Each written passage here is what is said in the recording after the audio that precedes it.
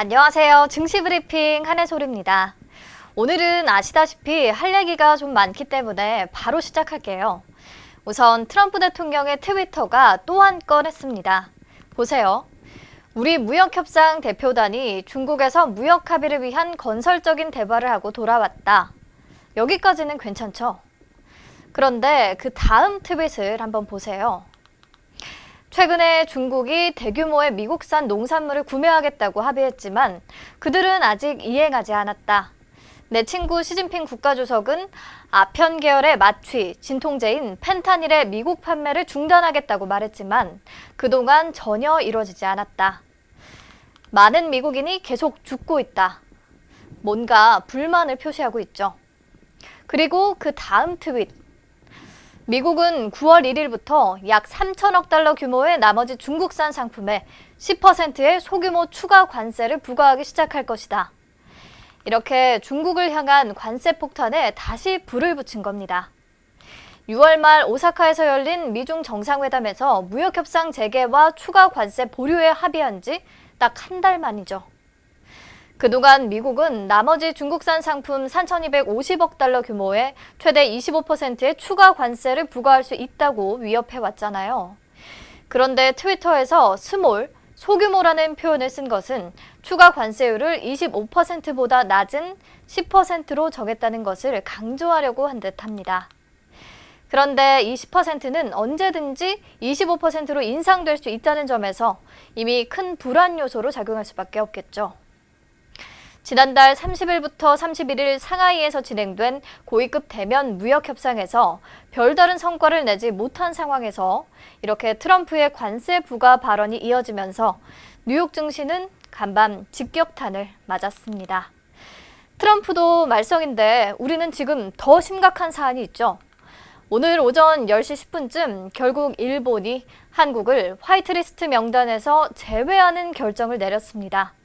가기에서 시행령이 통과됐으니 이제 일왕의 공포와 실제 시행 절차만 남겨놓고 있는데요. 공포한 뒤 21일이 지난 시점부터 시행에 들어가기 때문에 이번 주 중으로 공포가 되면 시행 시점은 이달 하순이 될 것으로 보입니다. 시간 문제일 뿐이죠. 아마 지금은 화이트리스트가 무엇이고 화이트리스트에서 한국이 제외되면 우리 기업들이 어떤 피해를 입게 되는지 모르는 분들은 거의 없을 거라고 생각하는데요. 그래도 혹시 머릿속에서 정리가 잘 안 되시는 분들 위해서 간단히만 다시 짚고 갈게요. 자, 화이트리스트에 속한 국가는 일본 입장에서 안보상 문제가 없다고 판단한 안보 우방 국가를 말하고요. 일본의 제품 수출 시 수출 심사를 간편하게 해주는 우대 조치를 허용하고 있습니다. 즉 제외되면 우대 조치를 못 받게 되는 거죠. 대상 품목이 약 1,000개가 넘는 것으로 알려졌는데요. 지금까지는 이 품목들을 일본 기업이 한국에 수출할 때 3년에 한 번 일본 정부의 허가를 받고 간편한 절차를 거쳐 수출하도록 허용됐었는데 앞으로는 건별로 매번 일본 정부의 허가를 받아야 하는 겁니다. 일본 정부가 꼬투리를 잡아서 일부러 허가를 지연시키거나 안 해줄 수도 있다는 거죠. 그렇기 때문에 일본 수입 의존도가 높은 우리 기업들이 일본 정부의 결정에 따라 피해를 볼 수 있게 되는 겁니다. 한마디로 일본 정부가 수출 제도를 바꿔서 우리 기업이나 경제를 쥐고 흔들 수 있게 된다는 거예요. 그럼 이미 화이트리스트 배제는 결정이 났고 앞으로 우리 기업에 큰 피해가 없도록 잘 대응해 나가야 할 텐데 특히 피해가 클 것으로 예상되는 품목들이 있거든요. 자, 일본으로부터의 수입 실적이 있는 품목 1,383개 중에 수입 규모가 크고 일본 의존도가 높은 고위험 품목을 정리한 그래프인데요. 총 83개 정도고요. 반도체 디스플레이 분야 소재, 부품, 장비는 실리콘 웨이퍼와 블랭크 마스크 등 핵심 소재를 포함해 37개로 나타났고요. 세정과 노광, 식각, 검사 등 거의 모든 제조 공정에 쓰이는 품목들입니다. 그 밖에 석유화학과 화학제품과 또 공작기계, 철강, 알루미늄 등 그 다양한 분야도 다수 포함되어 있죠. 즉, 핵심 제조업 중 대부분이 일본의 2차 수출 규제의 사정권에 들어있는 셈입니다. 이에 문재인 대통령이 청와대에서 오늘 긴급 국무회의를 열고 모두 발언을 통해 현 상황에 대해 깊은 유감을 표했는데요. 모두 발언 전문을 다 말씀드릴 수는 없고 핵심 내용만 전해드리자면 문 대통령은 일본은 국제사회의 외교적 해결 노력을 외면했다며 앞으로 벌어질 사태의 책임도 전적으로 일본 정부에 있다라고 단호하게 말했습니다. 이어서 우리는 다시 일본에게 지지 않을 것이고 지금의 도전을 기회로 여겨 새로운 경제 도약의 계기로 삼는다면 일본 경제를 뛰어넘을 수 있다라고 강조했습니다. 그러면서 국민들도 정부와 기업의 역량을 믿고 자신감을 갖고 함께 단합해달라고 당부했는데요. 정부도 소재와 부품의 대체 수입처와 재고 물량 확보, 원천 기술의 도입, 국산화를 위한 기술 개발과 공장 신증설, 금융 지원 등 기업의 피해를 최소화하기 위해 할 수 있는 지원을 다 하겠다고 합니다. 모레 일요일에는 고위 당정청 회의가 열리는데 이때 중장기적 종합 대책이 발표될 것으로 예상됩니다. 너무 중요한 사안이라 좀 길게 말씀드렸는데요. 현재 시각 오후 2시 30분 지나고 있고요. 충격에 빠진 오늘의 국내 증시 흐름 짚고 가겠습니다. 트럼프의 대중국 추가 관세 부과 발언에 일본 화이트리스트 배제, 그리고 북한의 추가 발사체 발사까지 이 온갖 악재들이 겹치면서 코스피 지수는 오늘 심리적 지지선인 2000선이 붕괴되기도 했습니다. 장 초반 1989선까지 급락세를 보였는데 곧바로 1990선을 다시 회복한 뒤 현재는 2000선 초반을 지나고 있습니다. 외국인의 매도 규모가 굉장히 큰데요. 시간이 지날수록 그 폭을 점점 확대해 나가는 모습입니다. 종목별로는 일본의 2차 보복이 확정되면서 애국 테마주들이 역시 강한 흐름 보여주고 있고요. 크라운에테홀딩스와 모나미, 크라운제과 우선주 등 이 모든 종목이 상승률 상위 종목에 이름을 올리고 있습니다. 코스닥 지수도 1.65% 급락하면서 출발해 장 초반 610선이 깨지기도 했는데요.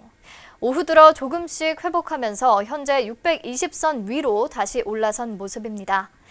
코스닥 시장에서는 코스피와 달리 외국인만이 매수 우위를 보이고 있고 개인과 기관은 동반 매도세를 나타내고 있습니다. 특히 코스닥 시총 상위 종목에 속하는 신라젠이 팩사백의 임상 3상 중단 권고를 받았다는 소식에 하한가를 기록하면서 바이오 업종과 코스닥 지수 전체를 끌어내리고 있는 반면에 LG 디스플레이와 23억 규모의 장비 계약을 체결한 D&T가 20% 이상 급등세고요. 화이트리스트 제외 수혜주로 꼽히는 신화인터텍과 SNS텍이 굉장히 큰 폭의 오름세를 기록하고 있습니다. 오늘은 키워드 따로 볼 시간은 없을 것 같아서요. 시장 이슈 간단히 빠르게 체크하고 넘어갈게요. 우선 말씀드렸듯이 모나미와 보라티알, 신성통상 등 일본 불매운동 관련 애국 테마주 강세고요. KC텍과 일지테크, 일진다이아, 아진산업, 신화인터텍, SNS텍 등 수출 규제 관련 반사이익이 기대되는 종목들이 특히 강세입니다. 특히 상한가에 진입한 일지테크는 현대자동차가 탄소섬유 소재를 적용하는 국내 업체를 물색한다는 소식에 매수세가 몰리고 있고요. 현대차의 미래의 먹거리인 수소차, 이 수소차의 핵심 소재 중 하나가 탄소섬유를 일본 수입에 절대적으로 의존하고 있거든요. 화이트리스트에서 제외되면서 이 부분에서 차질을 빚게 되지 않도록 국산화에 빠르게 나서고 있는 것으로 알려졌고요.